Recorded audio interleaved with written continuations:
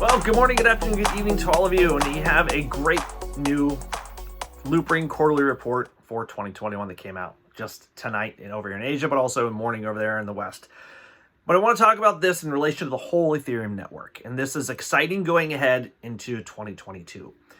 I feel, and I'm sure a lot of you also do, how basically Ethereum is very undervalued for the price it is in relation to the whole ecosystem and the networks that are connected to Ethereum. Now, Loopring is one of these networks. That's just basically what they've done is giving access to people and bringing basically the level 2s into more mainstream.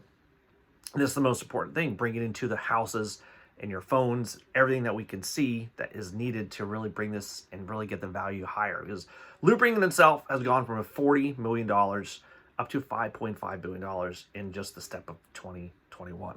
That is intense. If that was any company in the stock market, yes, their stock would be freaking skyrocketing.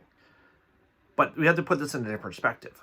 This is still something that's going on because there are many L2 projects that are launched and many that are still working on its way there, because with Ethereum 2.0 coming out with sharding and how everything else is going to react to that farther down the line, basically you're bringing this more into everybody's home.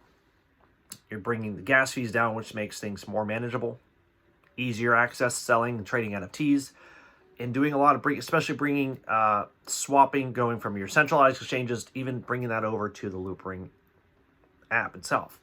The fees are still very high, but eventually over 2022, what Loopring's doing is helping to bridge and basically lower the fees for everybody. And this is what is the most important thing.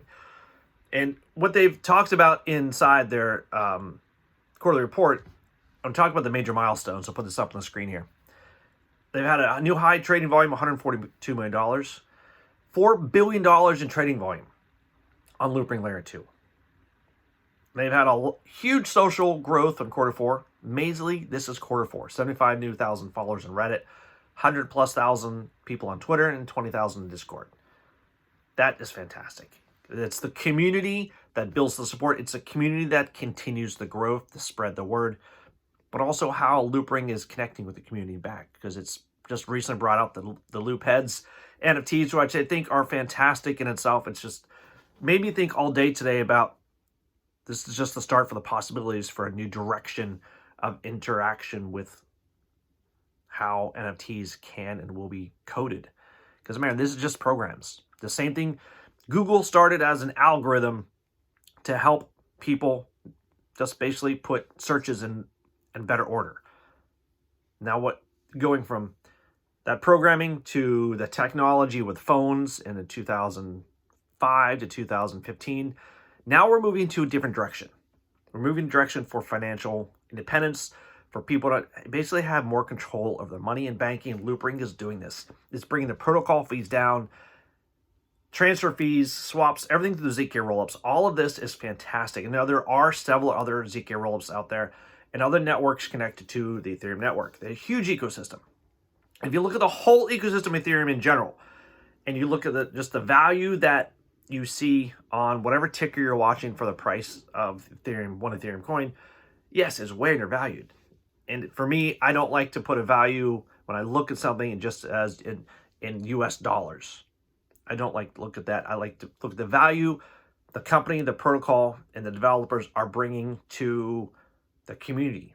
Whatever community you're in, if it's Polygon, Loopring, Solana, Cardano, Avalanche, there's so many communities out there where they're all working to get the same thing. All going in the same direction. And again, it's connecting people and making more productivity, making things better for financial inclusions through NFTs and so many different things. Loopring has done a fantastic job to really surprise and take things in a different direction. Now, again, Chinese New Year's coming up, and this is something else I want to talk about. Coming up in 3 weeks at the end of January. In China, Taiwan, and all over Asia. Now, the use of the red packets, well, I'm sure we're going to see another incentive for another NFT drop. Somehow, I'm sure they integrate something with the red packets. To me, red packets, red envelopes are huge over here in Asia. It's a big part of the culture. And yeah, it's nice to get some red envelopes, get some extra money, and have dinner or lunch, and have just celebrations. And again, more fireworks with all of that. But again, this is just one quarterly report. Going on in 2022, quarter 1, 2, 3, and 4, we're going to see more exponential growth from Loopring, but also in the Ethereum network.